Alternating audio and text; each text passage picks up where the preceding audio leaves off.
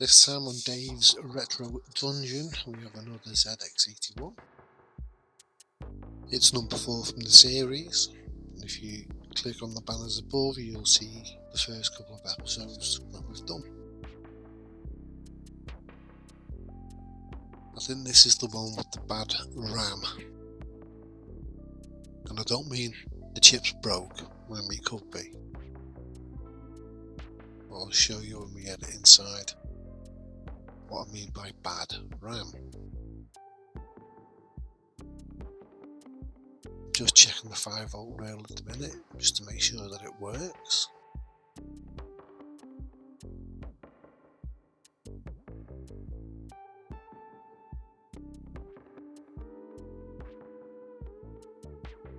And that's fine. So let's have a look at that RAM chip and I'll show you what I mean.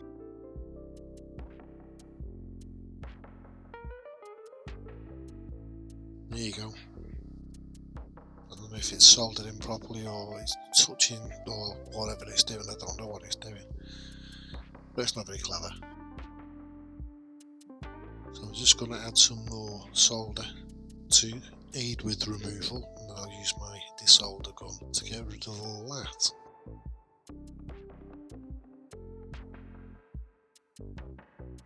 In a previous video I had a comment saying that removal of the 5V regulator is not necessary as they don't tend to fail,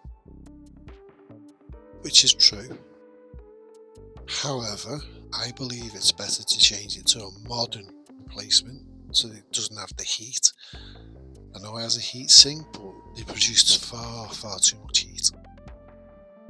But in this occasion, I'm not removing the 5V regulator. I'm just removing some excess solder with some braid.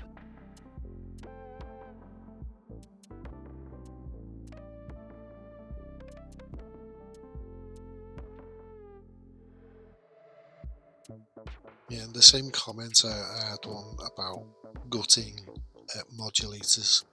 And I get it, I understand it, I know why. But, you know, without sounding horrible, my ZX81s and I can do what I want. Where possible I take out the modulator so it's not destroyed, so it can be put back in. When are we ever going to go back to RF? We're not.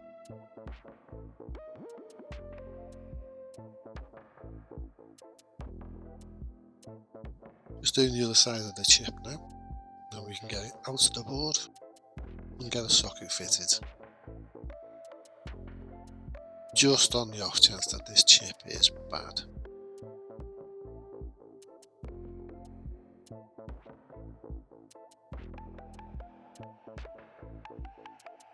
I don't mind getting comments like that, to be fair. It's good, and you know, fair comment. There's nothing wrong with the comment at all. Just don't necessarily agree with it. Now, I spent quite a while struggling with the hot air gun, getting the chip out. And some of you will be saying, why haven't you got a PCB holder? And to that I will say this, I do have one. I just don't use it. I don't know why. Maybe I'm just lazy. I think after watching this video back, I'll definitely be using one in the future. So it is a bit painful to watch taking this chip out. Even I think I'm going to rip out all the traces. Just watching it is scary. And in fairness, I do actually damage one of the vias, but after checking the continuity, it seems to be okay. And I certainly don't think it has anything to do with the actual problem with this machine, as we'll see a bit further down the line with the video. Some people might say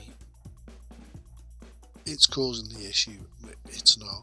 there's something else going on and I'm not sure what it is. But we'll get there, we'll see.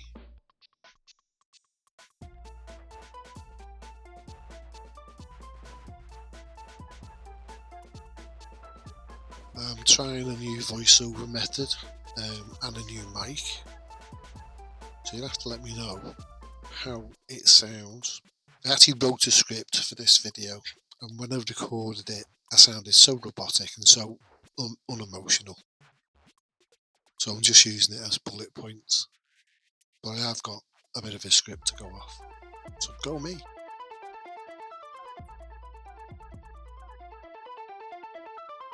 So here we go, getting the chip off with some hot air.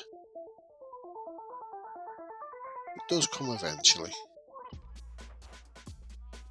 I'm really struggling, and I really should have used that PCB holder.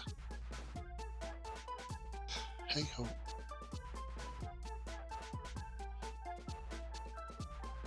So I apologise to people if this is triggering. It's warts on all TV, not YouTube. Anyway, eventually it comes out. Yay! I also decided to clean up the flux. I've not done this on the other videos, so I thought I would make some sort of effort to clean the board, because the flux I use gets everywhere. It's that liquid flux, top nick stuff. It's good, don't get me wrong, but it gets everywhere. So in goes the socket.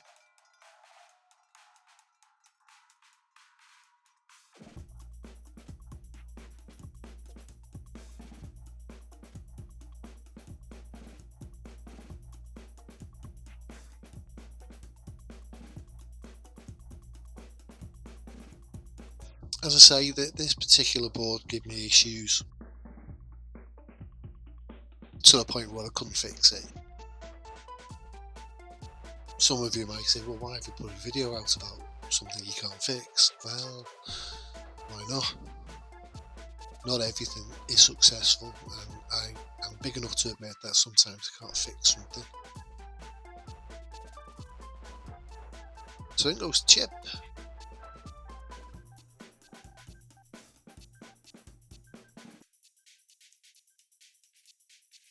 And give it a bit of a clean. As I say, that flux gets everywhere and it's sticky and it's on the RAM chip and it's just everywhere.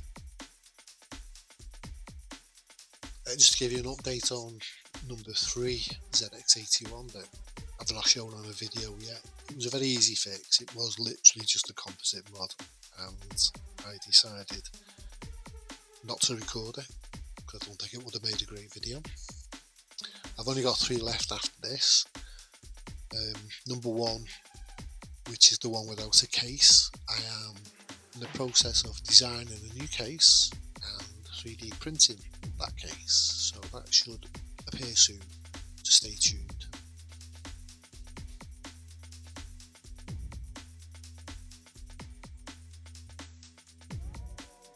You're soaking up somebody's solder splash, not mine, believe me, really it's not. Anyway, Brains to the rescue.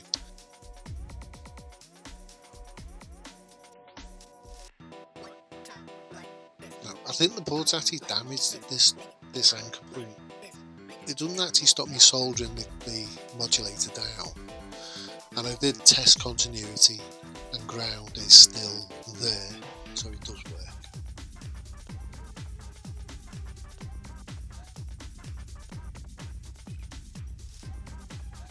Just as we're talking about grounding stuff, if anyone would like to make a comment on this video, please feel free. Any comment is a good comment, there is no such thing as a bad comment, because I'm here to learn about every aspect of making videos. Now at this point I'm testing for a signal. As you see, a white screen comes up, thinking it might be OBS or something, so I actually move the little insert about, but no cursor, just a white screen. And I looked this up and I believe it could be a RAM issue, as in the chip So off camera I swapped the chip to a different one, didn't work, swapped the ROM to a different one, didn't work, swapped the CPU to a different one, didn't work. So unfortunately I wasn't able to fix this one. So this one will be sold as is because I need to fund further purchases to make more videos. So I hope you enjoyed that failure, and I will see you in the next one.